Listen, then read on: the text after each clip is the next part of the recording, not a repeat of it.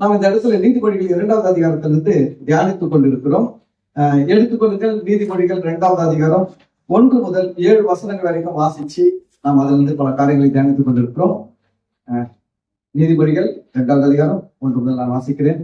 என் மகனே, நீ உன் செவியை ஞானத்திற்கு சாய்த்து உன் இருதயத்தை புத்திக்கு அமைய பண்ணும் பொருட்டு நீ என் வார்த்தைகளை ஏற்றுக்கொண்டு என் கட்டளைகளை உன்னிடத்தில் பத்திரப்படுத்தி ஞானத்தை வா என்று கூப்பிட்டு புத்தியை சத்தமிட்டு அழைத்து அதை வெள்ளியை போல் நாடி புதையல்களை தேடுகிறது போல் தேடுவாயாகில் அப்பொழுது கர்த்தருக்கு பயப்படுதல் இன்னதென்று நீ உணர்ந்து தேவனை அறியும் அறிவை கண்டடைவாய்.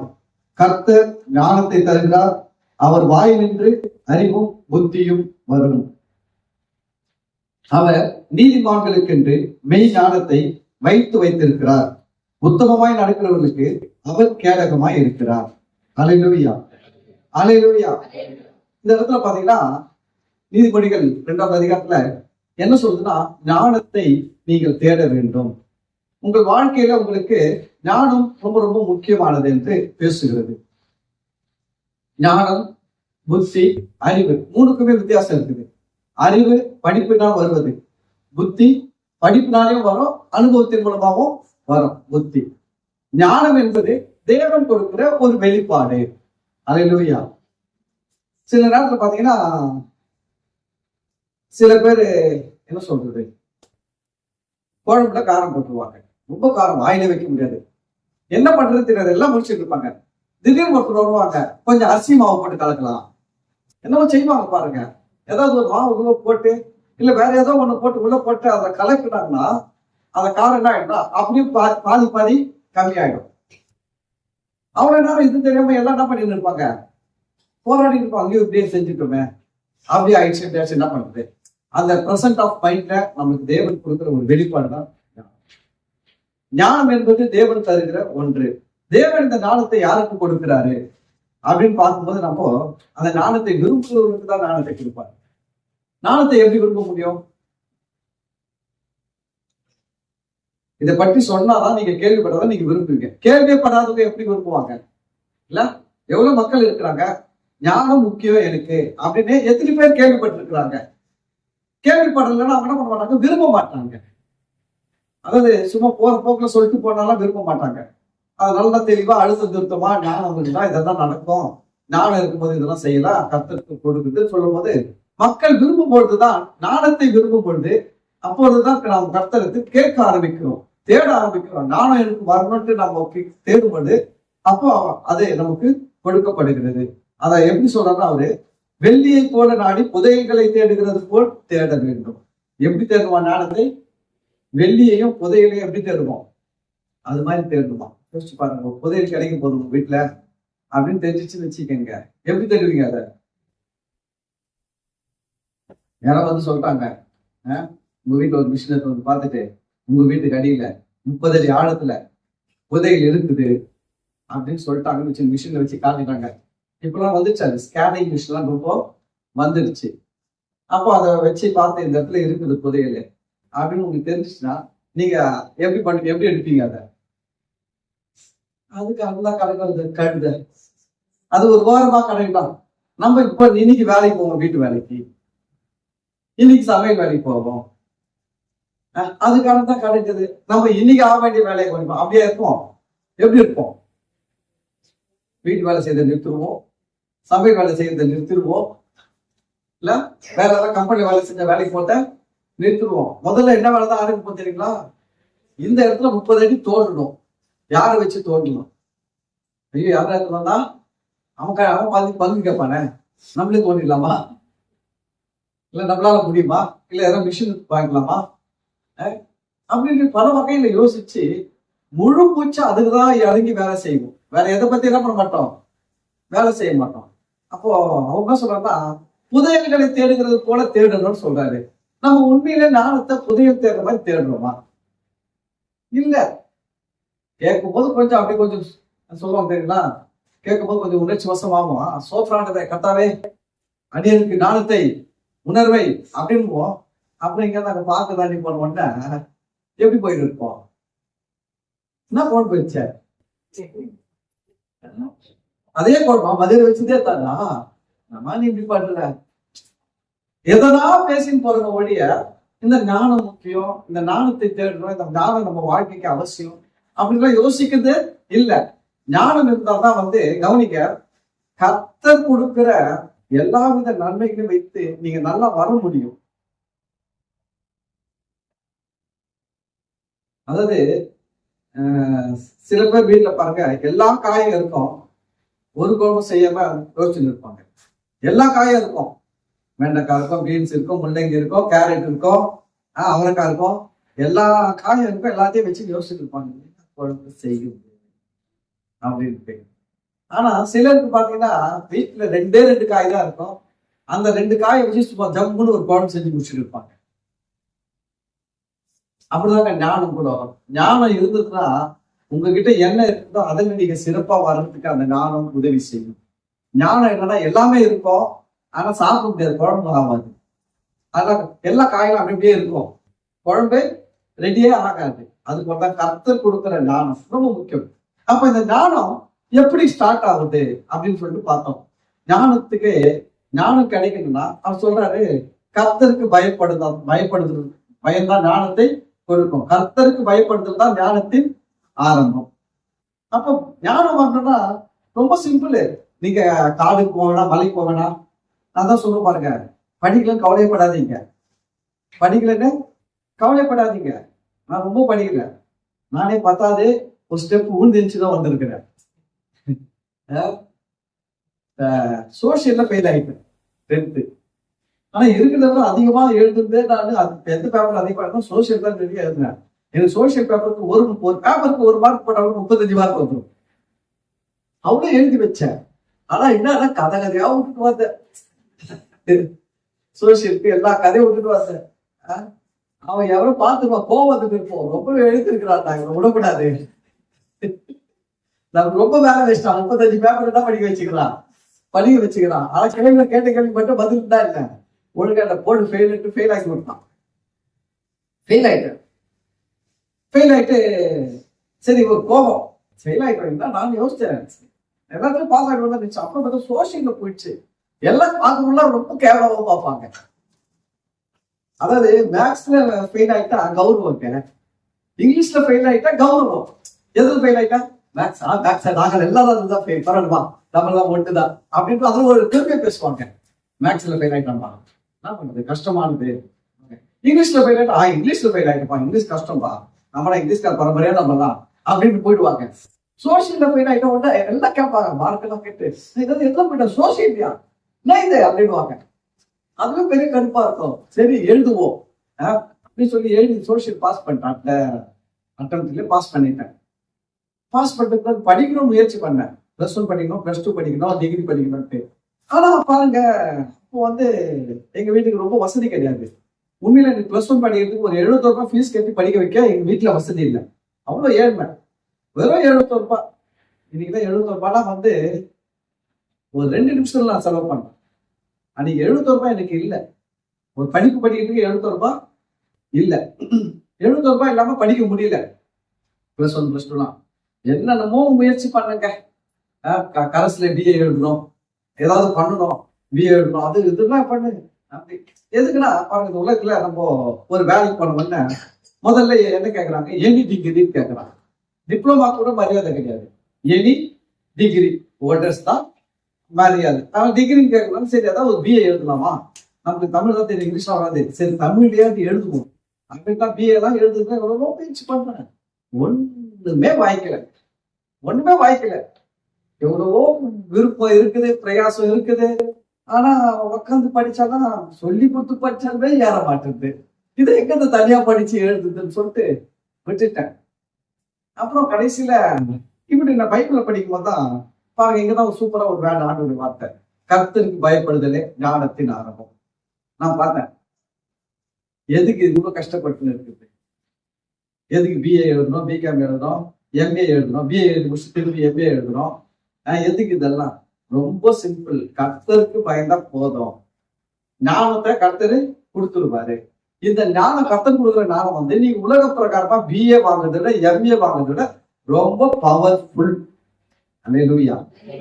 உலக பிரகாரமான படிப்புல நீங்க பிஏ வாங்குறதை விட எம்ஏ வாங்குறதை விட கர்த்தர் கொடுக்குற நாணம் பவர், பயங்கர பவர்ஃபுல். அதான் பாருங்க, நம்ம கதை சொல்லுவாங்க, ஒரு மாபலத்துக்கு 2 பிள்ளைங்க சண்டை போட்டுருச்சு. ஒரு பிள்ளை வண்டி எடுத்து கிளம்பிடுச்சு, நான் உலகத்தையும் சுத்தி வந்து வாங்கிக்கிறேன்ட்டு. ஆனா ஒண்ணு யோசிச்சு என்ன பண்ணிச்சு, தந்திரமா எதையோ அவங்க அப்பா அம்மாவை சுத்தி வந்து எனக்கு உலகம் நீங்க தான் மரியாதை கொடுத்துருன்னு சொல்லி வாங்கிடுச்சு. அது போல நான் என்ன சொல்றேன்னா, நீங்க ஒண்ணு அடையிறதுக்கு படிக்கிறது தப்பு கிடையாது. படிக்கிற பிள்ளைங்க படிங்க, படிக்கிற பிள்ளைங்க தயவு செஞ்சு என்ன பண்ணுங்க, படிங்க. அதை நம்ம படிக்க வேண்டாம் நீ கத்துக்கிட்டு வந்துட்டு சொல்ல மாட்டேன். படி, நல்லா படி. கத்துடைய கிருபினால பெரிய பெரிய படிப்புலாம் படிங்க, பெரிய உயர்ந்த IAS அதிகாரி IPS அதிகாரியா வாங்க, படிங்க, நல்லா வாங்க.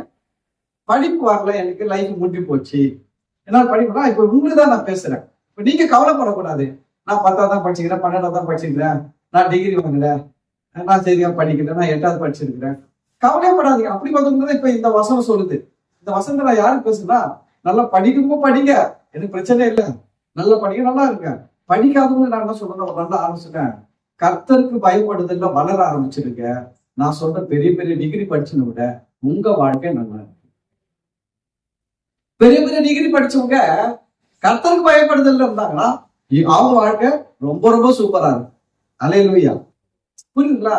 என்னடா இப்ப பாயிண்ட் என்னன்னா, எனக்கு படிப்பு இல்லை, எனக்கு எந்த திறமை இல்லை, அந்த திறமை இல்லை, எனக்கு சப்போர்ட் இல்லை, எனக்கு உதவி ஒத்தாசை பண்ண யாருமே இல்லை, எனக்கு என்ன பண்றதுன்னு தெரியல, எனக்கு மாஸ்டர் படிக்கல, எனக்கு உதவி இல்லை, வேலை இல்லை, இப்படிலாம் பல இல்லை இல்லை இல்லை இல்லை நிறைய இல்லை இருக்குது.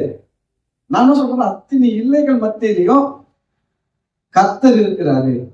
அவருக்கு பயந்து நடந்துக்க பழகி பாருங்க.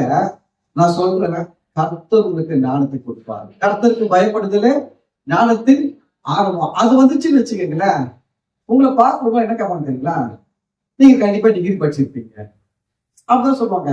நான் டிகிரியே படிக்கல. என்ன நிறைய பேர் சொல்லுவாங்கன்னா, என்ன டிகிரி படிச்சீங்கன்னு கேட்பாங்க.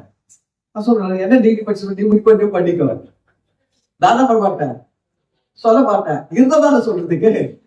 அதனால இல்ல, அதனால வந்து நீ என்ன முடிவு பண்ற, BA நினைச்சா BA, BCom, BSc BC நினைச்சுக்கலாம். அதுக்கு மேல எம்ஏக்கு நினைச்சுப்போ, எனக்கு மட்டும் பிரச்சனை இல்லை. ஆனா இது வரைக்கும் பாருங்க, என்ன யாருமே வந்து நீ டிகிரியே படிக்கல, நீ எல்லாம் என்ன படிச்ச கேட்டதே கிடையாது. எங்க போனாலும் சரி, சார் சொல்றாருல கேள்வி இருப்பாங்க, என்னோட படிச்சோட இருப்பான். அவன் சொல்றான், எங்க இருங்க சார் வந்து பேசுறாருல, அவன் சொல்றதை கேளுங்க. எங்க போனாலும் அந்த ஒரு மரியாதை, நமக்கு படித்தவர்களுக்கு கிடைக்கிற மரியாதை கிடைக்குது. எங்க இருந்து வந்துச்சு அப்படின்னா, கர்த்தருக்கு பயப்படும் பொழுது அது ஞானத்தின் ஆரம்பமாய் இருக்கிறது. அல்லேலூயா. அதுதான் உங்களை எதுக்கு ஜெபம் பண்ண சொல்றாங்க, எதுக்கு பைபிள் படிக்க சொல்றாங்க, எதுக்கு கர்த்தருக்கு கீழ்ப்படி சொல்றாங்க, கர்த்தருடைய உறவுல வளர்ந்து சொல்றாங்க, கர்த்தருக்கு அன்பாயின்னு சொல்றாங்க. கட்டளைகள் எல்லாம் என்ன பண்ணுங்க, கேட்டு நடங்க, கர்த்தருக்கு பிரியமா இருங்க. எதுக்கு இதெல்லாம் சொல்றாங்கன்னா, இதெல்லாம் வந்து நீங்க கர்த்தருக்கு பயப்படுகிற பயத்துக்கு அடையாளமா இருக்கிறது. நீ ஆனா ஆண்டவர் வந்து எதை சொன்னாருன்னா, கர்த்தருக்கு பயந்து இருக்கும்படி நீ பழகும்படிக்கு என்ன பண்ண சொன்னா, நீ உன்னுடைய தசம பாகத்தை எடுத்து வந்து கொடுக்க சொன்னாரு. படிச்சமா படிக்கலீங்களா? எங்க படிச்சோம்? லேவியராகமம் 10வது அதிகாரத்துல, லேவியராகமம் வேற ஒன்று வரும், உபாகமத்துல வரும் இல்லைங்களா? 14:22 பாருங்க. இங்க ஆண்டவர் என்ன சொல்றாருன்னா, உபாகமம் 14:22 என்ன சொன்னா, நீ உன் தேவனாகிய கர்த்தருக்கு எப்பொழுதும் பயந்திருக்க பழகும்படிக்கு நீ வருஷத்தோடு நீ விதைக்கிற விதையினால பயங்கி விளையும் எல்லா பலனிலும் தசம பாகத்தை பிரித்து உன் தேவனாகிய கர்த்தர் தமது நாமம் விளங்கும்படி தெரிந்து கொள்ளும் ஸ்தானத்திலே உன் தானியத்திலும் உன் திராட்சை ரசத்திலும் உன் எண்ணெயிலும் தசம பாகத்தை உன் ஆடு மாடுகளின் தலையீற்றுகளையும் அப்படி சந்நிதியில் புசிப்பாயாக. ஆண்டவர் தான் சொல்றாரு, உனக்கு நீ எனக்கு கர்த்தருக்கு பயப்படுகிறது ஞானத்தின் ஆரம்பம். ஆனா அடுத்தது என்ன சொல்ற, நீ எனக்கு பயப்படுறது எப்படி எதன் மூலம் நீ பிராக்டிஸ் பண்ணணும். ஒரு மனுஷன் நான் கர்த்தருக்கு பயப்படுறேன்றத முதல்ல அவர் எங்க எடுத்துட்டு வரணும், நீ எனக்கு பயப்படுறது எங்க பிராக்டிஸ் பண்ணுன்னா, கொடுக்குற விஷயத்துல. ஏன் கொடுக்குற விஷயத்துல பிராக்டிஸ் பண்ண சொல்றாரு? ஏன்னா நம்ம ஆளுங்க பாருல, வாங்க இன்னைக்கு ஒரு 3 மணி நேரம் ஜெபிப்போம், எல்லாம் வருவான் ஜெபம் பண்ணணும். நம்ம எல்லாமே ஊழியம் செய்வோம், வருவான் ஜெபம், வருவான் ஊழியம் செய்வான். நம்ம எல்லாரும் போய் என்ன பண்ண போறோம் இப்போ? உபவாசம் இருக்க போறோம். எல்லாரும் உபவாசம் இருப்போம். குடும்பம் அப்படின்னு சொல்லி பாருங்களேன், எவனும் கொடுப்பான். ஏன்னா பாருங்க, அதுலதான் பிரச்சனையே இருக்குது. மனுஷர்களுக்கு எங்க பெரிய பிரச்சனை குடும்பத்துலதான் பிரச்சனை. அதான் நான் ஆண்டு நான் கேட்ட போது கூட, ஒரு மனுஷன் தன்னைத்தானே வெறுத்துட்டானா என்ன ஆண்டவரு அவர் சொல்லி கொடுத்தது என்னன்னா, எவன் ஒருத்தன் பண விஷயத்துல எனக்கு கணக்கு பார்க்காம கொடுக்குறானோ அவன் தானே உண்மையா தன்னைத்தானே வெறுத்தவன். அதுல ஒருத்தன் இல்லைன்னா அவன் வந்து தன்னைத்தானே என்ன பண்ணல, வெறுக்கல. நீ நம்பாத, அவன் துணியை பார்த்து நம்பாத, அவனுடைய நடிப்பு பார்த்து நம்பாத, எதையும் பார்த்து நம்பாத. அவன் ஒருத்தர் எங்கதான் நீ அளவு பார்க்கணும். இப்போ தட்டாங்கடம் போனீங்கன்னு வச்சுக்கீங்களேன், அவங்க வந்து ஒரே ஒரு ஆசை தான் வச்சிருப்பாரு. நீங்க எது எடுத்து போய் கொடுத்தாலும் செக் பண்ணி சொல்லணும்னா, வெள்ளி எடுத்து போய் கொடுத்தாலும் செக் பண்ணி இது வெள்ளின்னு சொல்லுவாரு. பித்தளை எடுத்து போய் கொடுத்தாலும் செக் பண்ணி இது பித்தளைன்னு. கோல்டு எடுத்து போய் கொடுத்தாலும் செக் பண்ணி இது கோல்டுன்னு சொல்றாரு. வெள்ளிக்கு ஒரு ஆசிடு, கோல்டுக்கு ஒரு ஆசிடு, பித்தளைக்கு ஒரு ஆசிடு. ஒரே ஆசிட்ல என்ன பண்றாரு, இது என்னன்னு கண்டுபிடிக்கிறார். அப்படிதாங்க ஒரு மனுஷன் கொடுக்கறதுக்குள்ளதான் கர்த்தருக்கு அவன் எவ்வளவு பயப்படுறான் அப்படின்றதா நான் சொல்லல. இந்த பைபிள்ல நாம எழுதி வச்சுக்கிறோம். 14வது அதிகாரம் 22வது வசனத்தை நான் எழுதி வைக்கல, கர்த்தர் எழுதி வச்சிருக்கிறாரு. அவர்தான் சொல்றாரு, நீ கர்த்தருக்கு பயந்து இருக்க பழகும்படிக்கு என்ன பண்ணு. அவர் ரொம்ப டீப்பா பேசுறாரு. அவங்களாம் அப்பெல்லாம் வந்து அறுவடையெல்லாம் வந்து வருஷத்துல ஒரு முறை அறுப்பாங்க, இல்ல 2 முறை அறுவடை. அது மாதிரி அறுப்புது இல்ல, நீ என்ன பண்ணு, உன் விதைப்பில வயலில் விளைய எல்லா பலனிலும் தசம பாகத்தை என்ன பண்ணு, பிரித்து. தசம பாகத்தை என்ன சொல்றாரு, பிரித்து. ஆனா பாருங்க, நீ பிசாசு ரொம்ப தந்திரமா பஞ்சிக்கிறான். சர்ச்சை கொடுக்காத. பிசாசுடைய பெரிய வஞ்சனை என்னன்னா, கொடுக்காதன்னு சொல்லி போதிக்கிறவங்க பிசாசு தான். பிசாசு பாருங்க எப்படி நம்மளை கெடுக்கிறான்னா, ஃபர்ஸ்ட் என்ன சொல்லுவான்னா, பணம் ஆசைப்படாத, உனக்கு பணம் வேணும். முதல்ல என்ன சொல்லுவான், உனக்கு என்ன வேணாம், பணம் வேணாம். பணம் வந்தா நீ பரலோகம் போக மாட்டேன். இது ஒரு பிசாசு உபதேசம். முதல் தொடங்கிட்டு எங்க தொடங்கலாம், பணம்னா உனக்கு வேணாம், நீ பரலோகம் போகணும், அதுதான் உன் நோக்கம். உன்னை இயேசு ஏன் ரட்சித்தாரு, உன்னை இயேசு ஏன் மீட்டு கொண்டாரு, இயேசு ஏன் உன்னை பிரித்தெடுத்தாரு, இயேசு ஏன் உன்னை தெரிந்து கொண்டாரு, உன்னை பரலோகத்துக்கு கொண்டு போறதுக்குதான் தெரிந்து கொண்டாரு. அதனால நீ பரலோகம் போறதா முக்கியமா இருக்கணும். இந்த பணம் என்னன்னா வேணாம், அதெல்லாம் கெடுத்துரும் வேணாம் அப்படின்ட்டு முதல்ல எங்க மக்களை கெடுக்கிறான்னா, பணம் வேணா தவறு, பணம் வேணாம்.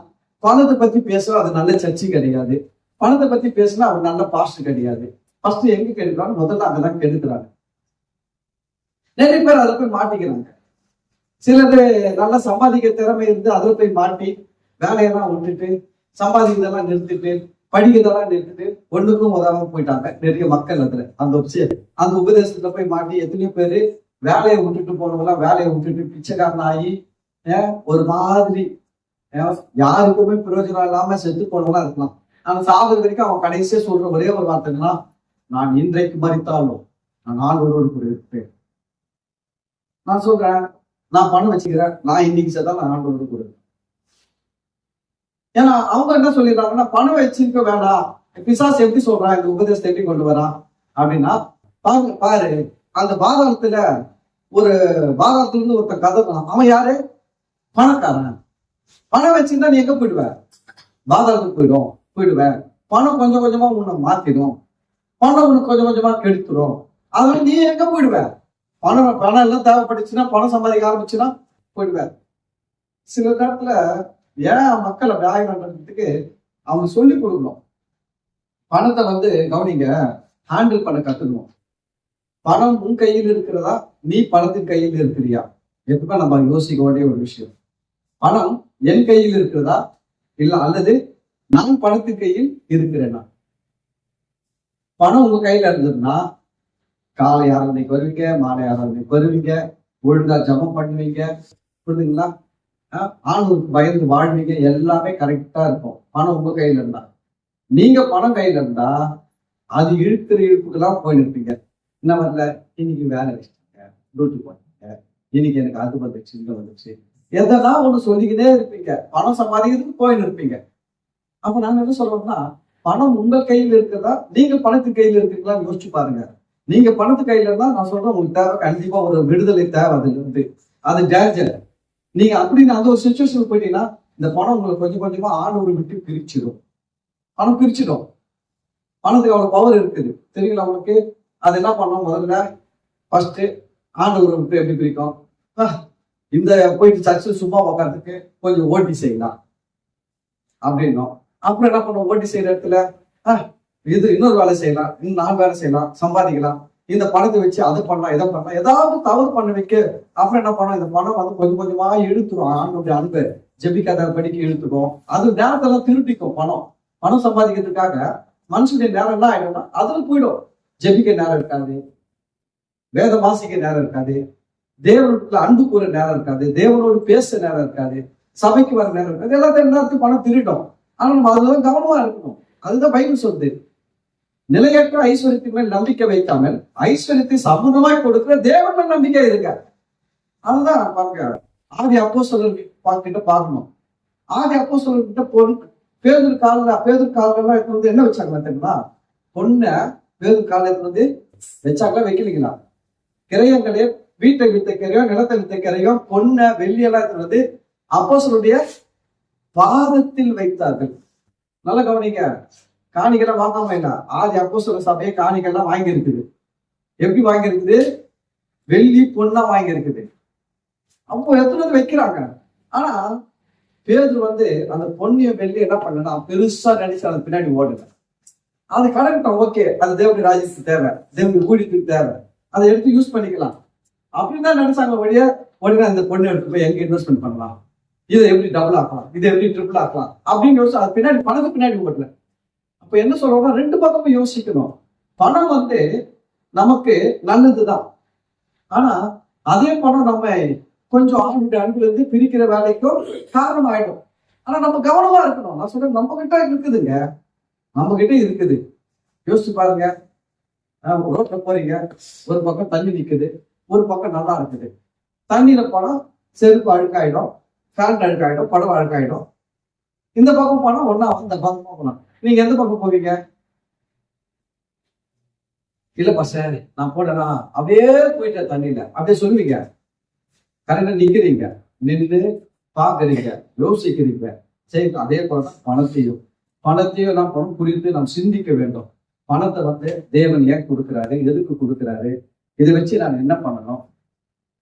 நான் சொல்லிட்டுங்களா, நீங்கள் பணத்தை உங்களுக்கு தேவையானதை வச்சுக்கின்னு மீதிய தேவனுடைய ராஜ்யத்துக்கு நீங்க கொடுக்க ஆரம்பிச்சீங்கன்னா, நான் சொல்றேன், உங்களை நம்பி கர்த்தர் ஏராளமா தாராளமா கொடுப்பாரு. நான் சொல்றேன், இப்ப எனக்கு ஆண்டவர் 1000 கோடி கொடுக்குறாரு. எத்தனை கோடி கொடுக்குறாரு? அதுல தசமாக எத்தனை கோடி கொடுக்குறா? நான் 100 கோடி கொடுக்கணும். நான் என்ன பண்றேன்னா 900 கோடி கொடுத்துட்டேன் ஆண்டவருக்கு. எவ்வளவு கொடுத்துட்டேன்?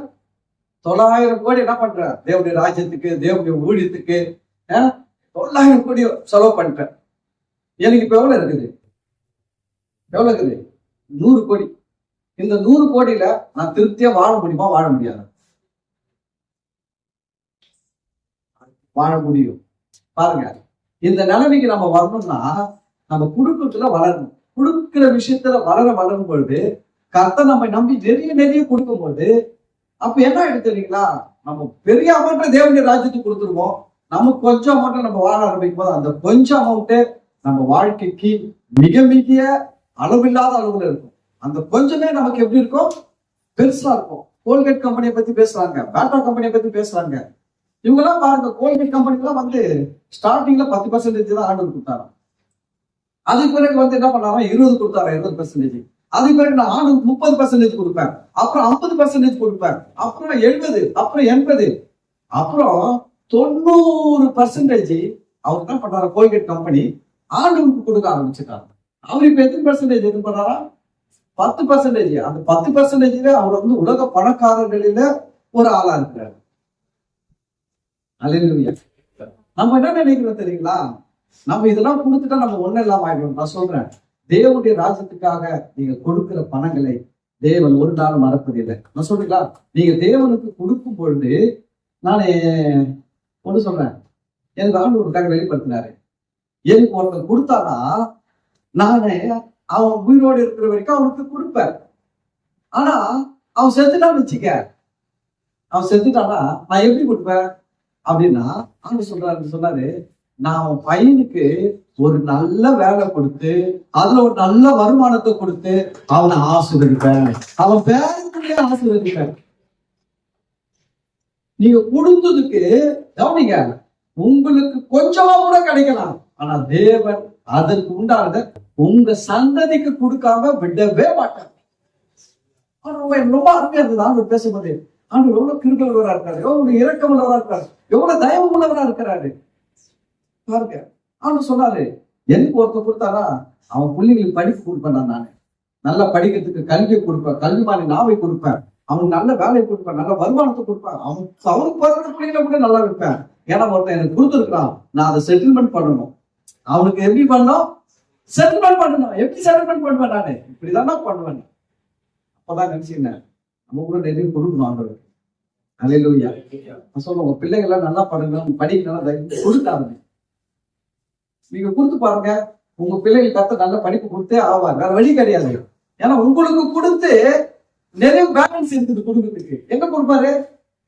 பகுதி பிள்ளைங்க கொடுப்பாரு இல்ல, அவங்க பிள்ளைங்களுக்கு தான் கொடுப்பாரு. சரி, ஓகே.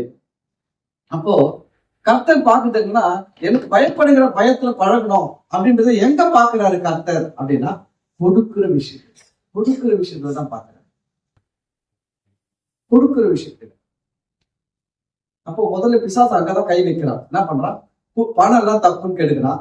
அதுக்கு அடுத்தது என்ன பண்றான்னா, பணத்தை கொடுக்காத போய் தருகிறான். வேணாம், ஒண்ணும் கொடுக்காத. பழைய ஏற்பாடு சொல்லி இருக்குது, புதிய ஏற்பாடுல சொல்லுங்க. பெரிய பிரச்சனை பாருங்க, இன்னைக்கு பஞ்சாயத்து ஓடி இருக்குது.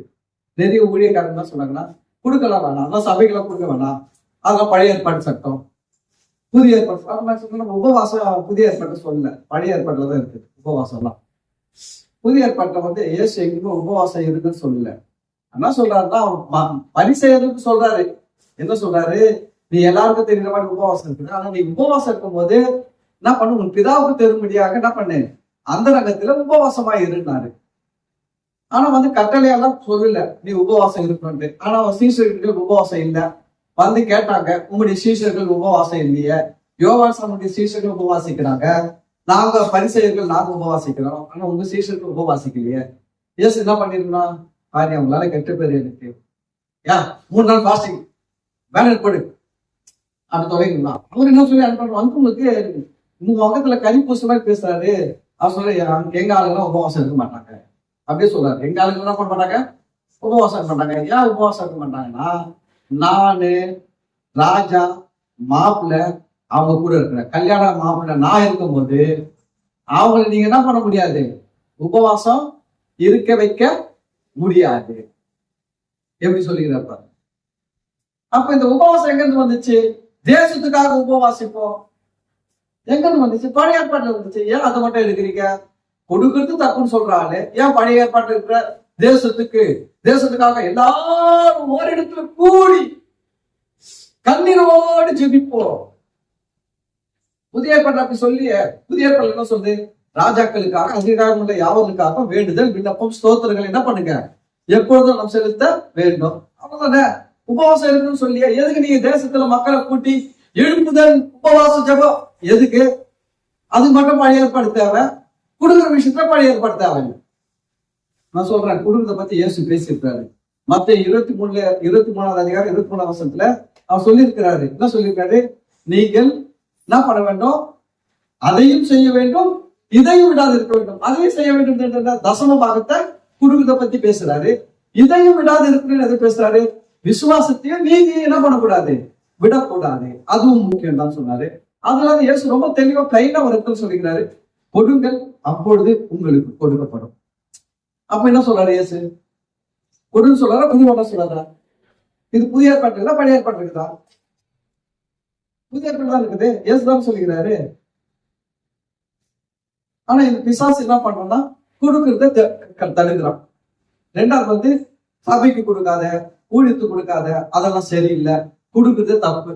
நிறைய மக்கள் இப்ப போய் லாக் ஆகிடுறான்.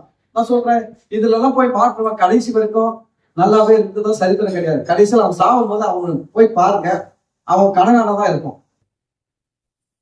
கர்த்தருக்கு கொடுக்காம சாவுறவன் கடகாம தான் இருப்பான். ஏன்னா அவன் வாழ்க்கை ஒரு பெரிய ஆசீர்வாதமே வராது. சில பேர் 3 வேளை ஜெபம் பண்றாங்க. அவங்க என்ன நினைக்கிறாங்க, நம்ம 3 வேளை ஜெபம் பண்ணா கர்த்தர் நம்மள ஆசீர்வதிச்சுருவாரு. வரவே வராது. நீ 3 வேளை இல்ல, ஒரு நாளைக்கு 30 வேளை ஜெபம் பண்ணா கூட நீ விதைக்காம அறுக்க முடியாது. மனுஷன் எதை விதைக்கிறானோ அதையே அறுப்பான். மனுஷன் எதை விதைக்கிறானோ அதையே அறுப்பான். சிறுக விதைக்கிறவன் சிறுக அறுப்பான், பெருக விதைக்கிறவன் பெருக அறுப்பான். அவ்வளவுதான். பூமி உள்ளளவும் விதைப்பு பார்ப்போம், மாறாத சட்டம். கட்டளைகள் தான் பாத்தீங்கன்னா நியாயப்பிரமாண கட்டளை இருக்குது, நித்திய கட்டளைகள் இருக்குது. நல்லா கவனிங்க, கட்டளைகளை நியாயப்பிரமாண கட்டளைகள் பிரிக்கிறாங்க, நித்திய கட்டளைகள் பிரிக்கிறாங்க. நியாயப்பிரமாண கட்டளைகளை இயேசு நிறைவேற்றினாரு. ஆனா நித்திய கட்டளைகள் வந்து பாத்தீங்கன்னா அது ஸ்டில் கண்டினியூ ஆயின்னு இருக்குது. அந்த நித்திய கட்டளைகள்ல ஒண்ணு என்னது? விதைப்பும் அறுப்பும், பூமி உள்ளளவும் விதைப்பு பார்ப்பும், மாறாத சட்டம். அல்லேலூயா. அதை நம்ம புரிஞ்சுக்கணும். அப்ப இங்க என்ன நடக்குது பாருங்க. அப்போ நம்மள கெடுக்கிறவங்க பிசாசு சொல்றான், கொடுக்காத அப்படின்னு கெடுக்கும் போது அங்க விதையெல்லாம் விதைக்கலன்னா யோசிச்சு பாருங்க எப்படி வளரும். இதுல நிறைய பேர் மாட்டிக்கிறாங்க, சிக்கிக்கிறாங்க. சில பேர் அந்த உபதேசம் நல்லா இருக்குது போயிடுறான். உண்மையில இவன் கர்த்தர் உண்மையை நேசிக்கல, இவனுக்கு பணம்னா என்னன்னு தெரியல, பணத்தை ஏன் கொடுக்குறாருன்னு தெரியல. கர்த்தர் நமக்கு கிட்ட பணத்தை எது கொடுக்குறாரு? வேற வருதெல்லாம் நம்ம சாப்பிட்டு மூட்டை கட்டி சேர்த்து வச்சு நம்ம பெருசா அது மேல ஏறி உக்காந்துக்கு கொடுக்கல. கர்த்தர் நம்ம கிட்ட பணத்தை எது கொடுக்குறாருங்களா? நாமளும் நல்லா இருக்கணும், தேவனுடைய ராஜ்யமும் நல்லா இருக்கணும், அதுதான் கொடுக்குறாரு. வெறும் நீ மட்டும் நல்லா இருக்கு பணத்தை கொடுக்குறா நீ நினைச்சினா உன்னுடைய எண்ணமே தவறு, நீ நினைக்கிற நினைப்பு தவறு. அதுக்காக கொடுக்கல கர்த்தர். வெறும் நீ மட்டும் நல்லா இருக்கணும்னு கொடுக்கல. கர்த்தர் எது கொடுக்குறாருன்னா அவருடைய ராஜ்யமும் வளர வேண்டும், அதுதான் கொடுக்குறாரு. ஆனா பிசாசு எல்லாம் பண்றான், முதல்ல எப்படி கெடுக்கிறான்? பணம் தப்புன்னு கெடுக்கிறான். ஒரு சிலர் அதை தப்பிச்சு நீத்துல வச்சு அடுத்த லெவலுக்கு வந்தோம்னா அங்க இங்க ஒரு கெடுக்கிற வேலையை சொல்லலாம். என்ன கெடுக்கிற வேலை? கொடுக்காத அப்படின்னு கேட்டுக்கலாம். சரி, அப்படியே கொடுக்க ஆரம்பிச்ச உடனே கொஞ்சம் கொடுக்க ஆரம்பிச்ச உடனே அடுத்தது வேற மாதிரி கெடுக்கலாம். எப்படி கெடுக்கலாம்? அடுத்தது என்ன சொல்லலாம்? என்ன கொடுக்குற? உங்க பாசுக்கெல்லாம் எது கொடுக்குற? அவரு நல்லா இருக்கிறாரு, எனக்கு ஒரு ஊழியக்காரர் தெரியும், ரொம்ப கஷ்டப்படுறாரு, அவருக்கு கொடுக்கலாம். திசை தெரிவிக்கிறான். கவனிங்க, இதுல அவர் சொல்ற இடத்து பாத்தீங்கன்னா 23ஆம் வசனம் 14:23, உன் தேவனாகிய கர்த்தர் தமது நாமம் விளங்கும்படி தெரிந்து கொள்ளும் ஸ்தானத்திலே. எங்க கொடுக்கணுமா? எல்லாருக்குமே கொடுக்க சொல்லுங்க. ஆண்டு சொல்றாரு, நான் சொல்லுகிற ஸ்தானத்துல நீ பலியிட வேண்டும். உன் பலியை கண்ட இடமெல்லாம் இடாதபடிக்கு எச்சரிக்கையா இரு. கவனிங்க, நீங்க கொடுக்கறது தப்பு கிடையாது, எங்க கொடுக்கணும் அதான் பாருங்க. ஒரு பாஸ்டர் சொல்றாரு, கிறிஸ்து பவன்ல சாப்பிட்டு கிருஷ்ணா பவன்ல போய் பில்லு கட்டக்கூடாது. கிறிஸ்து பவன்ல சாப்பிட்டா பில்லு எங்க கட்டணும்? கிறிஸ்து பவன்ல கட்டணும். நீ கிறிஸ்து பவன்ல சாப்பிட்டு கிருஷ்ணா பவன்ல போய் பில்ல கட்டிட்டு இருக்க கூடாது. பிசாசு அதுல கெடுக்கிறாங்க பாருங்க, அதுல கெடுக்கலாம். மூணாவது என்னன்னா, ஊழியக்காரங்க நல்லா இருக்கலாம், ஊழியக்காரன் கொடுக்காத. ஊழியக்காரன் நல்லா இருந்தா அவனுக்கு கொடுக்காது, அதுல கெடுக்கிறாங்க, நல்லா கெடுக்கிறான் பிசாசு. நான் என்ன சொல்றேன்னா, ஊழியக்காரங்க நல்லா இருக்கணும் அப்படின்னு நினைக்கிறவங்க நல்லா இருப்பீங்க. நான் ஓப்பனா சொல்றேன், ஊழியக்காரன் நல்லா இருக்கணும், ஊழியக்காரன் நல்லா சாப்பிடணும், ஊழியக்காரன் நல்லா துணி பண்ணணும், ஊழியக்கார குடும்பம் நல்லா இருக்கணும்னு நினைக்கிறவங்க தான் நல்லா இருப்பீங்க. ஊழியக்காரன் நல்லா இருக்கக்கூடாது, என் துட்டு எடுத்தா தான் சாப்பிடக்கூடாது, என் துட்டு எடுத்தா அவன் துணி வாங்கக்கூடாது, என் துட்டு எடுத்தா தான் ஷூ வாங்கக்கூடாதுன்னு நினைச்சா நான் சொல்றேன், எழுதி கொடுக்குற பால் பேப்பர்ல நீங்க நல்லா இருக்க போறது கிடையாது. தெரியுங்களா உங்களுக்கு? இது ஒரு பிசாசுடைய ஆவி, இது ஒரு யூதாசின் ஆவி. அப்படி நல்லா இருக்கக்கூடாது நினைக்கிறது ஆவி, யூதாசின் ஆவி தொடங்குச்சு. தெரியுங்களா உங்களுக்கு? யோவான் 12ஆவது அதிகாரத்துல தொடங்குச்சு. யோவான் 12ஆவது அதிகாரத்துல படிக்கலாம் நேரம் இல்லை, எனக்கு டைம் இல்லை. அப்படிங்க என்ன நடக்குது?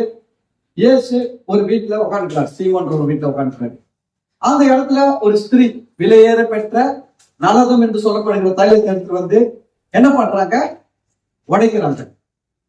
உடைச்ச உடனே அந்த வீடே நறுமணத்தினால் நிறைந்தது. நல்லா கவனிங்க, சென்ட் போட்டு போற இடத்துல தான் வாசனை, சென்ட் உடைச்சா ஊருக்கே வாசனை. புரியுதுங்களா? சென்ட்டை ஆக்சுவலா அந்த சென்ட் அந்த பெண்ணை குறித்து பேச சொல்லுவாங்க. அந்த பெண் அந்த சென்ட்டை மற்ற ஆண்களை மயக்குவதற்காக பயன்படுத்தினான். அந்த சென்ட்டை எதுக்கு வச்சிருந்தா, அவன் ஒரு விபச்சார பெண்ணு, தன்கிட்ட வர ஆணு தன் மேல அதிகம் பிரிவா இருக்கிறதுக்காக என்ன பண்ணுவாங்க, இந்த சென்ட் எல்லாம் போட்டு வாசனை திரவியங்கள் எல்லாம் போட்டு என்ன பண்ணுவாங்கன்னா அந்த ஆண்களை கவர்வதற்காக யூஸ் பண்றதுதான். ஆனா அதை கூட எப்படி யூஸ் பண்ணுவாங்க, கொஞ்சம் ஒரு சொட்டு தான் யூஸ் பண்ணுவாங்களா. ஆனா அவன் என்ன பண்ணதுக்கு அன்னைக்கு ஒரு தீர்மானம் எடுத்தான், இனி என்னுடைய பணம் மனுஷனை கவர்வதற்கான தேவனுக்காக.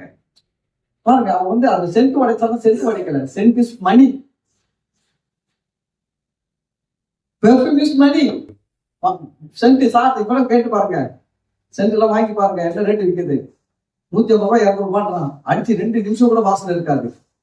2 நிமிஷம் இந்த ரூம்ல தான், அந்த ரூம் போனா வாசனை போயிடும். நயா அவ்வளவுதான், 200 ரூபாய்க்கு அவ்வளவுதான் பவர். அப்போ 2000 ரூபாய் சென்ட் வாங்கலாம், தாங்கும். ஒரு 4 ரூம் வரைக்கும் தாங்கும், 5 ரூம் வரைக்கும் தாங்கும். 2000 ரூபாய் சென்ட் அவ்வளவு வேல்யூ. சென்ட் பணம், பணங்க. இன்னைக்கு உலகம் பாருங்க, சென்ட் அதிகமான விலைக்கு விற்குது. அப்போ இவன் சென்ட வந்து இந்த அவன் இவ்வளவு அவன் பணத்தை எதுக்கு செலவு பண்ணா, மற்ற மனுஷர்களை கவர்வதற்காக, மற்ற மனுஷர்களை இழுப்பதற்காக செலவு பண்ணாங்க. சில பேர் பாருங்க அந்த குணமா இருக்கும், மற்ற மனுஷர்களை கவர் பண்றதுக்கு என்ன பண்ணுவாங்க, நல்லா செலவு பண்ணுவான். கத்தல் கூட ஃப்ரெண்டுக்கு பிரியாணி தருவான், ஃப்ரெண்டுக்கு நான் உதவி பண்ணுவான், எல்லாம் பண்ணுவான், ஃப்ரெண்டுக்கு பண்ணுவான், சொந்தக்காரன் பண்ணுவான், எல்லாம் பண்ணுவான். ஏன்னா அது மனுஷன் புகழ் வருது. ஆனா ஆண்டவர் பண்ண, ஆனா இவன் என்னைக்கு அதை உடைச்சாலும் அப்பதான் ஆண்டவர் சொல்றாரு, இவள் செய்ததும் சொல்லப்போம், இவள் செய்ததும். ஆண்டவர் பாருங்க, ஜபம் பண்ணாங்களா அவங்கள பத்தி பேசல, இவங்க எல்லாம் ஜபம் பண்ணாங்கல்ல, இந்த ஜபம் எங்கெல்லாம் என்னை பத்தி பேசுறாங்களோ அவங்களாம் இவங்களை பத்தி பேசுவாங்க, அதை பேசல. ஹலோ, நல்லா கவனிங்க, ஆண்டவர் கூட யாரு பேசுறாரு தெரியுங்களா, உபவாசம் இருந்தவங்களை பத்தி பேசுவாங்கன்னு சொல்லல. பெரிய பெரிய நன்மை செஞ்சாங்க ஆண்டவருக்காக, இதை செஞ்சாங்க அதை செஞ்சாங்க, அவங்கள பத்தி பேசுவாங்கன்னு சொல்லலங்க. பணத்தை பேசுறாரு. எவன் ஒருவன் தனக்காக பணத்தை இழக்க ஆயத்தமா இருக்கிறானோ, அந்த சென்ட் பாருங்க வேல்யூ 300 பணம். 300 பணம்னா 1 வருஷம் கூலிங்க, 1 வருஷம் சம்பளம். 1 இயர் சம்பளத்தை கர்த்தர்கிட்ட வந்து போட்டு ஆண்டவர் பாதத்துல 1 இயர் சேலரி. ஆண்டவர் சொல்றாரு, இவள் செய்தது சுவிசேஷம் எங்கெல்லாம் அறிவிக்கப்படுவோம், அங்கெல்லாம் இவள் செய்ததும் அறிவிக்கப்படும். என்ன பண்ணா, பெரிய ஜப வீராங்கனையா, ஒரு எழுத்து ஜபம் பண்ணாங்களா அந்த அம்மா, இல்ல பெரிய உபவாச ஜபம் பண்ணாங்களா, இல்ல அப்படியே பைபிள கரைச்சு குடிச்சு தலைகளை சொன்னாங்களா? கொடுத்தாங்க. என்ன பண்ணாங்க? கொடுத்தாங்க. அவர் சொல்றாரு, எனக்கு கொடுத்துட்டாங்க, இந்த அம்மாவை பத்தி உலகம் முழுவதும் பேசுவாங்க. பேசுறாங்களா? பேசுறீங்களா? வாசனை அந்த வீடு முழுவதும் பரவியது. நீ கொடுக்கும் பொழுது உன்னுடைய வாசனை எல்லா இடத்துக்கும் போகும். கொடுக்கும் பொழுது, ஆண்டவருக்கு கொடுக்கும் பொழுது, ஆண்டவருக்காக உடைக்கும் பொழுது அந்த வாசனை எல்லாருக்கும் போய் ரீச் ஆகும். பாருங்க, சாலமோன் 1000 பலி செலுத்தினாரு. கர்த்தர் நைட்டே வந்து கூப்பிட்டாரு, சாலமோன் உனக்கு என்ன வேணும் கேள்வி. எசேக்கியா ராஜா பலி செலுத்தினாரு, கர்த்தர் வந்து பேசல. தாவீது பலி செலுத்தினாரு, கர்த்தர் வந்து பேசல. எவ்வளவு பேர் பலி செலுத்துறாங்க, கர்த்தர் வந்து பேசலங்க. சாலமோன் பலி செலுத்துற அன்னைக்கு வந்து கர்த்தர் நைட்டே வந்து சொல்லிட்டாரு, ஹலோ சாலமோன், கமா என்னப்பா என்ன வேணும் கேளு. ஏன் சாலமோன் மட்டும் வந்தாரு? எல்லாம் பிஸ்டாத்தனமா அவன் தான் கொடுத்தான். 7 ஆடு, 7 மாடு பலி, 14 மாடு பலி, 3 மாடு பலி. அப்படி சாலமோன் வந்தாரு. கர்த்தர் என்ன ராஜாவா வச்சிருக்கிறாரு. கர்த்தர் எவ்வளவோ செய்யலாயா. நிறையா இருக்குது. மாட்டு மந்தல எவ்வளவு இருக்குது சார்? ஒரு 1000 மாடு இருக்குன்னு நினைக்கிறோம். எல்லாத்தையும் பலி செலுத்தியா எல்லாத்தையும்? அப்படிதாங்க. கர்த்தர் பார்த்தாரு, பா இவன் தாயா கொடுக்குறவன் தாயா சூப்பர். ஏன்னா அவன் 1000 மாடி கொடுத்துட்டா நம்மளாதாங்க யோசிப்போம். ஒரு மாடு 50,000 ரூபாய், 10 மாடு எவ்வளோ? 5 லட்சம். 100 மாடு 50 லட்சம். 1000 மாடு 5 கோடி. கணக்குல இருக்கீங்களா? கணக்குல புரியுது தான், தப்பா சொன்ன சொல்லுங்க. வந்தாரு சாலமோனு ஒரே டைம்ல, யோசிச்சு பாருங்க. வந்தாரு, எவ்வளவு இருக்குது காணிக்கை பத்திக்க நம்ம கஜானால, நம்ம பீரோல எவ்வளவு இருக்குது? ஐயா 5 கோடி இருக்குது. எத்தனை போட்டு போயா? நீங்க சொல்லுவீங்களா? அப்படி நானே சொல்ல மாட்டேன். அதுக்கெல்லாம் ஒரு மனசு வேண்டாங்க. அந்த மனசு வேணும். ஃபர்ஸ்ட் குடும்பத்துல பணக்காரன் ஆகக்கூடாது, நினைக்கிறதுல பணக்காரன் ஆகணும். ஃபர்ஸ்ட் எதுல பணக்காரன் ஆகணும்? கொடுக்க யோசிக்க பார்த்தீங்களா, அதுல பணக்காரன் ஆகணுங்க, அப்புறம் குடும்பத்துல பணக்காரன் ஆகலாங்க. ஃபர்ஸ்ட் கொடுக்க யோசிக்க முடியுதா? நிறைய பேர் குடும்பத்துக்கு யோசிக்கிறதுக்கு கஷ்டமா இருக்கும். சில பேர் குடும்பத்துக்கு பேசுறாமே கஷ்டமா இருக்கும். என்ன இன்னைக்கு போய் பேசிட்டு பார்த்தாலும் குடுக்குடு இருக்கு. கவனிங்க, இந்த குடுக்கை பத்தி நான் சொல்லல, நானும் சொல்ல கொடுக்கல போயிட்டு கொடுக்கப்பட்டு நானா எழுதி வச்சுக்கிறேன் இல்லைங்க. தயவு செஞ்சு சொல்றேன், கோவப்படுறவங்களுக்கு சொல்றேன், நான் எழுதி வச்சு பேசுறேன். நான் சொல்லல கொடுக்கல கொடுக்க போட்டேன்னு சொல்லல. தசமம் கொண்டு வா, இந்த ஸ்தானத்துல வந்து பலியிடு, இதெல்லாம் நான் சொல்லவே இல்லை. வெறுக்கையா என் சமூகத்துக்கு வர வேண்டாம் நான் சொல்லல, அவங்க சொல்லி இருக்கிறார். அப்ப பாருங்க, கொடுக்குறோம். 1000 செலுத்துறவன கத்த வந்துட்டாருங்க. நீ நைட்டா வந்துட்டார், வந்தது சாலமோன் பேச, சாலமோனே உனக்கு என்ன வேணும் நீ கேட்டாரு. சாலமோன் கேட்டாரு, ஆண்டவரே நிறைய ஜனம் இருக்குதுப்பா, நிறைய கேஸ் பெண்டிங்ல இருக்குது, இந்த கேஸ் எல்லாம் சரி பண்றதுக்கு ஞானம் வேணும் ஆண்டவரே. உடனே ஆண்டவர் சந்தோஷப்பட்டாரு. பரவாயில்ல, நீ ஜீவனை கேட்கல, எதிரின் ஜீவனை கேட்கல, உனக்கு ஆயுச கேட்கல, நீ அது இதெல்லாம் கேட்ப நினைச்ச, நீ அதெல்லாம் கேட்கல, இதை மட்டும் கேட்ட, சரி ஓகே கொடுத்துட்டாரு. கொடுத்துட்டு முடிச்சுட்டு இருக்கலாம்ல, கொடுத்துட்டு முடிச்சிருக்கலாம். ஆனா அதெல்லாம் முடியல அவரு. நீ கேளாத ஐஸ்வர்யத்தை உனக்கு கொடுத்துட்டாரு. எதுக்கு கேளாத ஐஸ்வர்யத்தை கொடுத்தாரு? நீ கொடுத்துருக்கிறான்ல. கர்த்தர் எப்பவுமே வாங்கினார்னா அது செட்டில்மெண்ட் பண்ணாம விட மாட்டாரு. கர்த்தருக்கு ஒருத்தருக்கு கொடுத்தா, கர்த்தருக்கு ஒருத்தர் கொடுத்தானா அதுக்கு அவர் செட்டில்மெண்ட் பண்ணாம விட மாட்டாருங்க. இந்த ராஜா கிட்ட இல்லாத பண்ணுமா? யோசிச்சு பாருங்கடா, எப்படி சாலமோன் கிட்ட பணமே இல்லையா? தாவீது எவ்வளவு பணத்தை சேர்த்து வச்சுக்கிறான்னு கணக்கு போட்டு சொன்னா தலை சுத்திடுங்க. எத்தனையோ 1000 கோடிக்கு கோல்ட சேர்த்து வச்சுக்கிறாருங்க. தேவாலய கட்டணத்துக்கு வெள்ளியை சேர்த்து வச்சிருக்கிறாரு, இரும்பு சேர்த்து வச்சுக்கிறாரு, மரத்தை சேர்த்து வச்சுக்கிறாரு தாவீது. ஆனா கர்த்தர் வந்து சாலமோன் என்ன சொல்றாரு? கேட்ட நாளுக்கு கொடுத்துமா, நீ கேட்காத ஐஸ்வர்யத்தையும் கொடுத்தேன்னு சொன்னாலும் சொன்னீங்களா? கேளாத ஐஸ்வர்யத்தையும் கொடுத்துன்னு சொல்லி சொல்றாரு, உனக்கு கனத்தை கொடுத்த, மகிமை கொடுத்தேன். ஏன்னா நீ எனக்கு கணக்கு பார்க்காம கொடுத்தடா, நான் உனக்கு கணக்கு பார்க்காம கொடுப்பேன். நம்மளால அந்த நிலைமைக்கு வர முடியல. ஏன்னா நம்ம பாருங்க, எல்லாத்துக்கும் கணக்கு பார்க்கட்டும், பாசுக்கு போ, அவருக்கு எதுக்கு வேணாம், அவர் நல்லாதான் இருக்கிறாரு. ஒரு பாசு கொடுத்துட்டு கணக்கு பார்க்குது. பாசு என்ன பண்ணாரு? சரவணன் போயிட்டு வந்தாரு. சத்தியா நம்ம போட்ட தசம் பார்க்க பாசு என்ன பண்ணாரு? புது சத்து போட்டு வாங்கி இருக்கிறாரு, 3 புது சத்து. நம்ம போட்ட தசம் பார்க்க பாசு என்ன பண்ணாரு? புதுவா ஸ்பிளெண்டர் பைக் வாங்கி இருக்கிறாருங்க, நம்ம போட்ட தசம் பார்க்கத்தான். இதுதான். அப்புறம் சொல்லிட்டு அதோட நிறுத்த மாட்டான். இதெல்லாம் செய்யறதுக்கு எவ்வளவு ஏழைங்க இருக்கிறாங்க, எவ்வளவு அனாதைங்க இருக்கிறாங்க, எவ்வளவு முதியோர்கள் இருக்கிறாங்க, அவங்களுக்கு செய்யலாமே இவரு. ஏன் இவரு செஞ்சுக்கிறார்? அதுதான் யூதாஸின் ஆவி. யூதாஸ் பாருங்க, அங்கேயே தொடங்கிடுச்சு. எங்க தொடங்கிடுச்சு? யோவான் 12வது அதிகாரத்திலே தொடங்கிடுச்சு, அங்கேயே தொடங்கிடுச்சு. பஸ் ஸ்டாண்ட் தான் அவ்வளவு பெரிய தைலத்தை அந்த பெண் கொடுக்குறா, பெரிய அமௌண்ட் கொடுக்குறா. பெரிய அமௌண்ட் யாருக்கு கொடுக்குறா? ஜீசஸ்கே கொடுக்குறாங்க. இயேசுநாதருக்கு அவங்க இயேசுநாதருக்காக செய்யற ஊழியம் ஒண்ணு இருக்குது, இயேசுக்கே செய்யற ஊழியம் ஒண்ணு இருக்குது. இயேசுநாதருக்காக 1000 பேருக்கு அன்னதானம் பண்ணலாம், இயேசுநாதருக்காக 10 பேருக்கு துணி வாங்கி கொடுக்கலாம், இயேசுநாதருக்காக அதை செய்யலாம் இதை செய்யலாம். ஆனா இயேசுநாதருக்கே செய்யற ஒரு வேலைன்னா அந்த பெண் என்ன பண்ண தெரியுங்களா? தைலத்தை உடைச்சி யாருக்கு கொடுத்துட்டா? இயேசுவுக்கே. அல்லேலூயா. இயேசுவுக்கே செஞ்சா பாருங்க, ஒத்துக்க முடியல யூதாசால. அங்கே தொடங்கிட்டான் பிசாசு. இந்த பணத்தை 300 பணத்துக்கு விற்று தரித்திரருக்கு கொடுக்கலாமே. இன்னைக்கு அதேதான் வரும். உங்க பாஸ்டரு இந்த கார் வாங்குறதுக்கு இதை வித்து இந்த காரை வாங்காம அந்த காசு என்ன பண்ணிக்கலாம்? 1000 ஏழை பிள்ளைகளுக்கு சோறு போட்டுக்கலாமே. யூதாஸின் ஆவி அங்கிருந்து தொடங்கிச்சு அந்த ஆவி. அது லைனா வந்து நிற்குது. இப்ப என்ன பண்ணுது? யூடியூப்ல வந்து பேசுது. உங்கள் பாஸ்டர் என்ன பண்ணுகிறார்? பணத்தை ஏழைகளுக்கு எத்தனை ஏழைகளுக்கு சோறு பட்டார், எத்தனை முதியோர்களுக்கு செய்தார். அதான் யூதாஸின் ஆவி. நான் சொல்றேன், லேவியராகமம் 10வது அதிகாரம் 17வது வசனத்துல பாருங்க. லேவியராகமம் 10:17 படிங்க.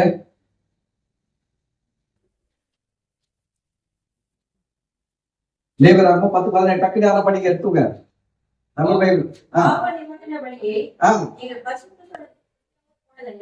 கவனிங்க. பாவ நிவாரண பலியை ஆசாரியர்கள் என்ன பண்ணணுமா? பரிசுத்த ஸ்தலத்தில புசிக்கணும். இதை யார் கொடுத்திருக்காரு இந்த கட்டளைன்னா? தேவன் கொடுத்திருக்கிறாரு. ஒரு மனுஷன் பலி செலுத்தினான்னா அந்த பலியில ஒரு பங்கை ஆசாரியனுக்கு பிரித்து கொடுக்க வேண்டும். அந்த பங்கை அந்த ஆசாரியன் ஏழைகளுக்கு கொடுக்க கூடாது, அனாதைகளுக்கு கொடுக்க கூடாது, தரித்திரர்களுக்கு கொடுக்க கூடாது, இல்லாதப்பட்டவர்களுக்கு கொடுக்க கூடாது. அவன் புசிக்க வேண்டும். அந்த பங்கை யார் சாப்பிடணுமா? யார் சாப்பிடணுமா? ஆசாரியன் புசிக்கணும். அதான் சொல்லணும். பாவ நிவாரண பலியை நீங்கள் பரிசுத்த ஸ்தலத்திலே புசியாம போனது என்ன கேட்கிறாரு. மோசே வந்து ஆண்டவரை பார்த்து கேட்கிறாரு, என்னப்பா வழி செலுத்தினாங்களே மக்கள், அந்த பலியில வந்து உப்பாங்க, நீ என்ன பண்ணல? சாப்பிடலையே, ஏன் சாப்பிடல? இப்ப சாப்பிட்டாதான் பிரச்சனை. பாஸ்டர் நல்லா தான் பிரச்சனை. அப்ப என்ன கட்டளை? என்ன? பாஸ்டர் சாப்பிடணும். இப்ப பிரச்சனைனா பாஸ்டர் சாப்பிடக்கூடாது. கத்த கட்டளை என்ன? சாப்பிடு. பலி செலுத்தப்படுறதுல நீ உப்பாங்க என்ன பண்ணணும்? நீ சாப்பிடணும். இதுதான் வந்து தேவனுடைய கட்டளை. இப்ப இருக்கிறது என்ன? பாஸ்டர் பட்னியா இருந்தா கூட மக்கள் கவலைப்பட தயாரா இல்லை. ஆனா ஏழைகளுக்கு கொடுத்தாரா, விதவைகளுக்கு கொடுத்தாரா, அதை செஞ்சாரா, இதை செஞ்சாரா? ஐயோ அவர் பீஸ் கட்டலையா, அதை பத்தியே காதில் வாங்க மாட்டான். வாடகை கட்டலையா, காதலே வாங்க மாட்டான். அவருக்கு ஈபி பில்லு கட்டலையா, அதை பத்தி எல்லாம் கவலை இல்லை. எனக்கு அதை பத்தி எல்லாம் கவலை இல்லை. ஆனா நான் கொடுத்துட்டு அவர் எடுத்தாருல, அவருக்கு அதை எடுத்துட்டு போட்டு அவர் என்ன பண்ணாரு? இங்கதான் கொஸ்டின். இதுதான் யூதாஸின் ஆவி. ஆனா கர்த்தர் சொல்றது என்னன்னா, பாவம் என்பது அவர் பலியின் பங்கை நீ பரிசுத்த ஸ்தலத்தில் புசியாமல் போனது என்ன? அடுத்து படிக்க.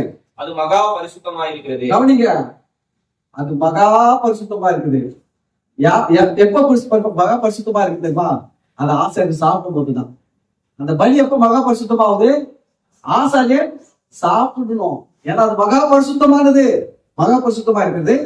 சபையின் அக்கிரமத்தை சுமந்து தீர்ப்பதற்கு கர்த்தருடைய சந்நிதியில் அவர்களுக்காக பாவ நிவர்த்தி செய்யும் பொருட்டு அதை உங்களுக்கு கொடுத்தாரே.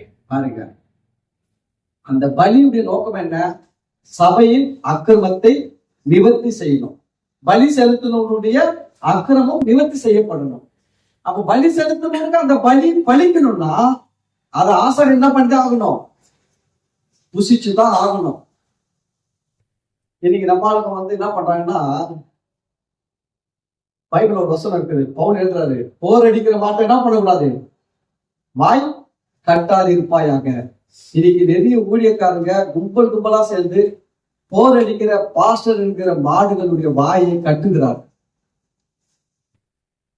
பாஸ்டர் வந்து ஊழியம் செய்யணும், உபவாசம் நடத்தணும், உபவாசம் ஜபம் நடத்தணும், அதிகாரி ஜபம் நடத்தணும், எல்லா ஜபம் நடத்தணும், எல்லா பிரசங்கம் பண்ணணும், இவங்களுக்காக எல்லாம் ஜெபிக்கணும், எல்லாம் பண்ணணும். ஆனா இந்த பாஸ்டர் வர காணிகளை சாப்பிடக்கூடாது, தசமாகங்களை சாப்பிடக்கூடாது. சாப்பிட்டா உடனே என்ன வந்துடும்? இந்த ஆள் சரியில்லை. இதனாலே நிறைய பிரச்சனைங்க. ஃபர்ஸ்ட் வந்து வசனம் லாஜிக் தெரியல. லாஜிக் என்ன சொல்ல தெரியல?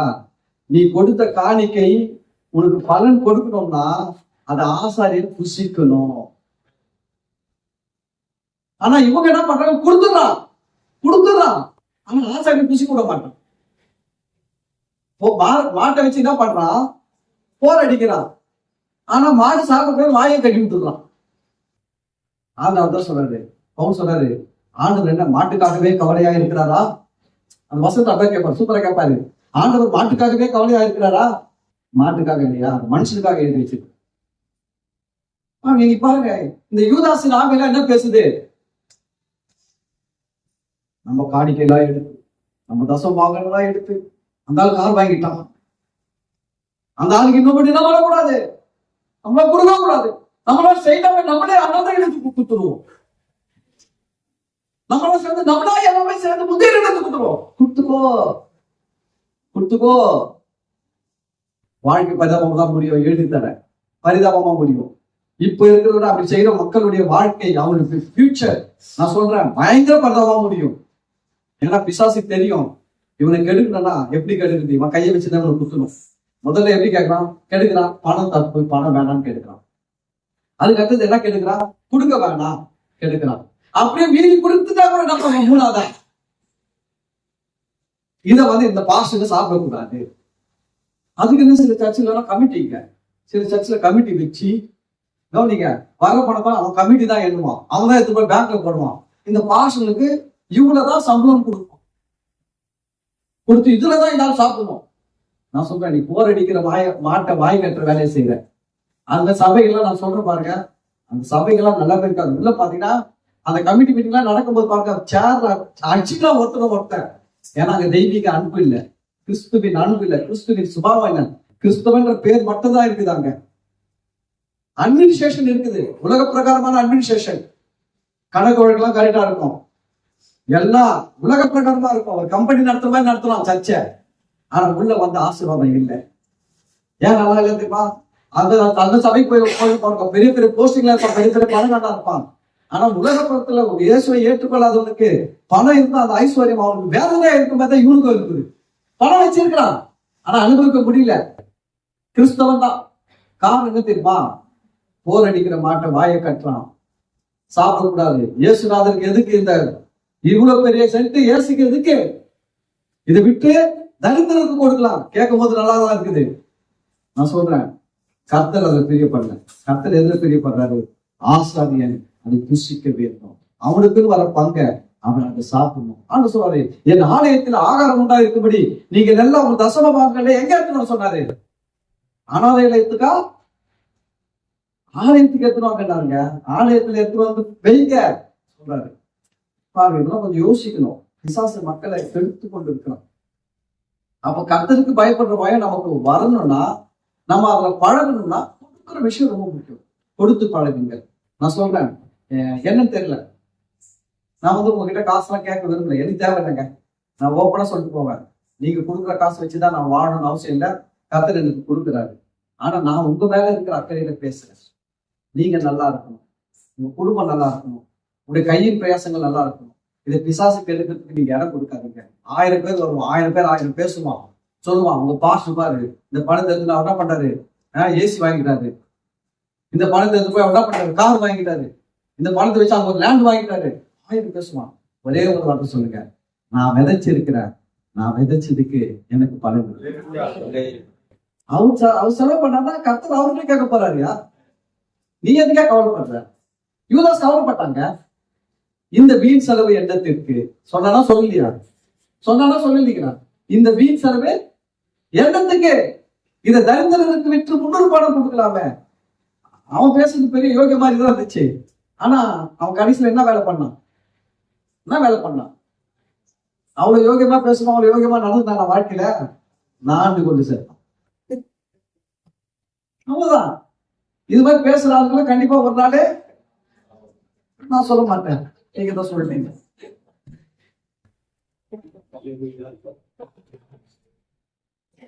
சரி, அப்போ கர்த்தருக்கு பயப்படுறதுல சம்பந்தம் வேண்டும்.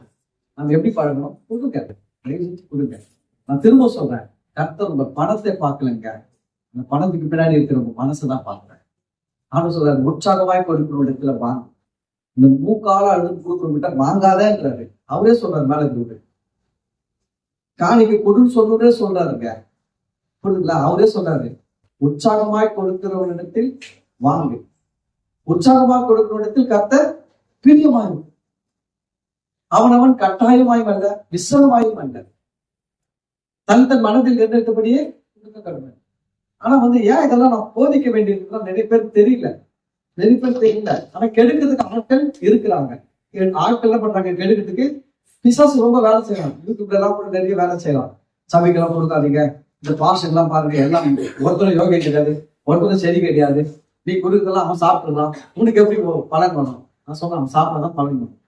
அப்படிதான் சிஸ்டம் சொல்லுது. இந்த சிஸ்டம் அப்படிதான் சொல்லுது. அவன் சொல்ற சிஸ்டம் வேற மாதிரி இருக்கலாம். நான் சொல்றேன், இந்த சிஸ்டம் பைபிள் சிஸ்டம் அப்படிதான் சொல்லுது. ஆசாரியன் அந்த பரிசுத்த ஸ்தலத்திலே புசிக்க வேண்டும், அது மகா பரிசுத்தமா இருக்கிறது, அதை புசிக்கணும். ஏன்னா அப்பதான் பாவ நிவர்த்தி உண்டாகும். அல்லேலூயா. இது மேல எப்படி பேசுறதுன்னு தெரியல. அதனால இது நேரில் கேட்கறவங்க, ஆன்லைன்ல கேட்கறவங்க கொஞ்சம் சிந்திங்க. கர்த்தருக்கு பேசுறதுக்கு கீழ்ப்படி. நாம் எல்லாரும் எழுதிருக்கோமா? ஜெபிக்கலாம். ஸ்தோத்திரம் ஆண்டவரே, நல்ல வார்த்தைகளுக்காக நன்றி ஆண்டவரே. உம்முடைய ஊழியக்கான என்னையும் சேர்த்து ஒப்பு கொடுத்து ஜெபிக்கிறேன் ஆண்டவரே. எனக்கு கூட ஆண்டவரே கொடுக்குறதுல நல்ல தாராள மனசு தாங்க ஆண்டவரே. எல்லா விதமான கஞ்சத்தன்மைகள், பிசிறி தன்மைகள் ஆண்டவரே எல்லாம் ஆண்டவரே என்னுடைய ஆத்மாவிலிருந்து விலகி போடட்டும் ஆண்டவரே. வாரி இறைக்கு விருத்தி அடைவாரும் உண்டு அதிகமாய் பிசிறித்தனம் பண்ணி வறுமை அடைவாரும் உண்டு என்று வேதம் சொல்கிறபடி ஆண்டவரே நாங்கள் வாரி இறைத்து விருத்தி அடைய விரும்புகிறோம். ஆண்டவரே உங்க ராஜ்யத்துக்கு என்று நாங்கள் கணக்கு பார்க்காமல் கொடுக்க விரும்புகிறோம். ஆண்டவரே உங்களுடைய நாமம் மகிமைப்படும்படியாக, உங்க ராஜ்யம் வளரும்படியாக ஆண்டவரே நீங்க எங்களுக்கு கொடுக்கிறத நாங்கள் உமக்கு கொடுக்க ஆண்டவரே எங்களை நாங்கள் முழுமையாக ஒப்பு கொடுக்கிறோம். ஆண்டவரே ஆண்டவரே எங்க கிட்ட தடையான எண்ணங்கள்லாம் இருக்குது, அதெல்லாம் கர்த்தர் உடைங்க. ஆண்டவரே ஆவியானவரே ப்ளீஸ் அதெல்லாம் உடைச்சிருக்க அப்பா. ஆண்டவரே அழிந்து போகிற இந்த உலகத்தின் ஐஸ்வர்யத்தில் நாங்க நம்பிக்கை வச்சு வாழக்கூடாது. ஐஸ்வர்யத்தை சம்பூர்ணமாக கொடுக்கிற தேவன் மேல நாங்க நம்பிக்கை வச்சு வாழணும். ஆண்டவரே இதெல்லாம் உடைத்து எங்களுக்கு உமக்கு கொடுக்கிறத நாங்க வளர உதவி செய்யுங்க. ஆண்டவரே நாங்க கொடுக்கும் பொழுது ஆண்டவரே நீங்க எங்களுக்கு மட்டும் கொடுக்கல, அதை எங்க பிள்ளைகளின் கணக்குல வைக்கிறீங்க, எங்க பேர பிள்ளைகளுடைய கணக்குல வைக்கிறீங்க, எங்க ஜெனரேஷன்ல கணக்கு வச்சு கொடுக்கிற தேவனா இருக்கிறபடியா உமக்கு நன்றி தகப்பனே. தொடர்ந்து இந்த வார்த்தைகள் கேட்ட ஆண்டவரே நேர்ல கேட்ட பிள்ளைகளை ஆசீர்வதிங்க, ஆன்லைன்ல கேட்ட பிள்ளைகளை ஆசீர்வதிங்க. பிள்ளைகளுக்கு கொடுக்கிறதுல ஆண்டவரே ஒரு ஏற்று மனசுல அவங்க ஆத்மாவில ஆண்டவரே எண்ணங்களில இயேசு நாமத்தில் தடைகள் நீங்கட்டும், அரண்கள் நீங்கட்டும். ஆண்டவரை கொடுக்கிற விருப்பங்கள் விருத்தி அடையட்டும். ஆண்டவர் அதே சமயம் உங்களுக்கு கொடுக்கறதுனால ஆண்டவரே இந்த பிள்ளைகளின் வாழ்க்கையில ஆண்டவரே அவங்க அறியாத இடத்துல இருந்து, அவங்களுக்கு தெரியாத இடத்துல இருந்து அநேக ஆசீர்வாதங்கள் பிள்ளைகளின் வாழ்க்கையில வளர்க்குமா. அப்பா உங்களுடைய வார்த்தைகள் சொல்லியிருக்கிறீங்க, வானமும் பூமியும் விழுந்து போனாலும் என் வார்த்தைகள் ஒரு காலம் விழுந்து போவதில்லைன்னு சொல்லியிருக்கிறீங்களே. உங்க ஜீவனுள்ள வார்த்தை பிள்ளைகளின் வாழ்க்கையில கொடுக்கும் போது நிறைவேறட்டும். தொடர்ந்து நாளைக்கு வந்து கலந்து கொண்ட ஒவ்வொரு பிள்ளைகளையும் ஆசீர்வதிங்க. ஆண்டவரே நீங்க மட்டும் எங்களை தாழ்ந்து உங்க கருத்துல கொடுக்கணும். துதிக்கிற மகிமை மாட்சிமைகளை அப்பா உமக்கு செலுத்துகிறோம். ஆண்டவராகிய இயேசு கிறிஸ்து நாமத்தில் ஜெபிக்கிறோம், நன்றி செலுத்துகிறோம். நல்ல பிதாவே, ஆமென். நாத்துமாவே கர்த்தரை ஸ்தோத்திரி, நீ முழுமையாக பரிசுத்த நாமத்தை ஸ்தோத்திரி. நாத்துமாவே கர்த்தரை ஸ்தோத்திரி, கர்த்தர் செய்கிற சகல உபகாரங்களையும் மறவாதே. பிதாவாகிய தேவனுடைய அன்பும் கர்த்தராகிய இயேசு கிறிஸ்துவின் கிருபையும் பரிசுத்த ஆவியானவருடைய அன்பும் ஐக்கியமும் ஆசீர்வாதமும் வழி நடத்துகிறோம். இப்பொழுதும் ஆண்டவராகிய இயேசு கிறிஸ்துவின் வருகை வரையிலும் நம் அனைவரோடு கூட இருப்பதாக. ஆமென். ஹல்லேலூயா, ஹல்லேலூயா, ஹல்லேலூயா. கர்த்தர் உங்களை ஆசீர்வதிப்பார். God bless you.